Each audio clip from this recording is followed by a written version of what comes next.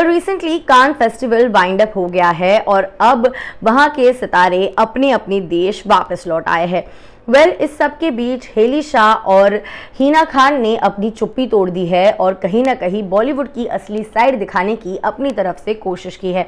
जिस तरीके से उन्हें टेलीविजन सेलिब्रिटीज़ होने के चलते जिस तरीके से उन्हें डिस्क्रिमिनेशन सहना पड़ा, उसके बारे में बात करते हुए रीसेंट मीडिया इंटरेक्शन में हेली शाह और हिना खान दोनों ही नजर आई। क्या कुछ हुआ है उनके साथ, चलिए आपको बताते हैं। आप देख रहे हैं फीफा फूज, मैं हूँ आपकी होस्ट एंड दोस्त वेदांगी कर्णिक।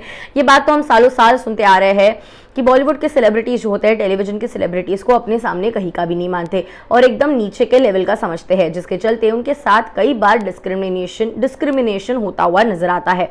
और अब कैन फेस्टिवल में भी कुछ ऐसा ही होता हुआ नजर आया। हिना खान ने कैन में होने के टाइम पर ही अपने मीडिया इंटरेक्शंस में कुछ बातें कही थी कि किस तरीके से इंडियन पैविलियन में इंडियन सेलिब्रिटी होने के बावजूद उन्हें एंट्री नहीं दी गई थी, उन्हें इन्विटेशन नहीं दिया गया था।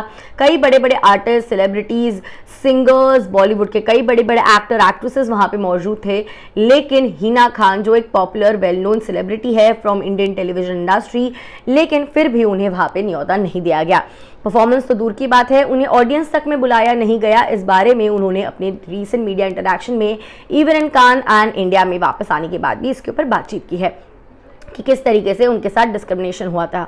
इनफैक्ट 2019 में भी एक एडिटर ने उनके ऊपर एग्जैक्टली नॉट डायरेक्टली उनके नाम के साथ, लेकिन उन्होंने ये ज़रूर कहा था कि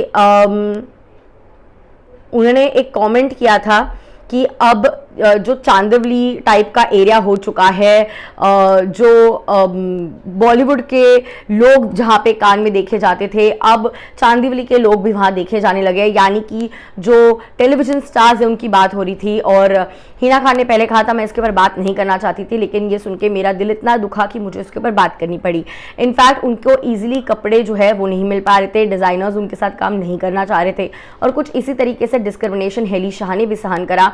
और उन्होंने वापस आके बताया कि किस तरीके से उन्होंने कई सारे डिज़ाइनर्स से बात कर रखी थी 1-2 महीने एडवांस में, लेकिन फिर भी लास्ट मोमेंट पे सारे डिज़ाइनर्स ने बैकआउट कर दिया और उन्होंने कहा कि हमारे पास आपको देने के लिए ड्रेस नहीं है, जिसके चलते हेली के मैनेजर और हेली को काफ़ी ज़्यादा दिक्कतें आ गई थी कि आखिर किस तरीके से अब लुक आएगा। अभी कुछ 1-2 दिन में कैन जाना है, कपड़े नहीं है और obviously without good attire, without good costumes या विदाउट गुड कपड़े आप रेड कार्पेट पे कैसे चल सकते हो।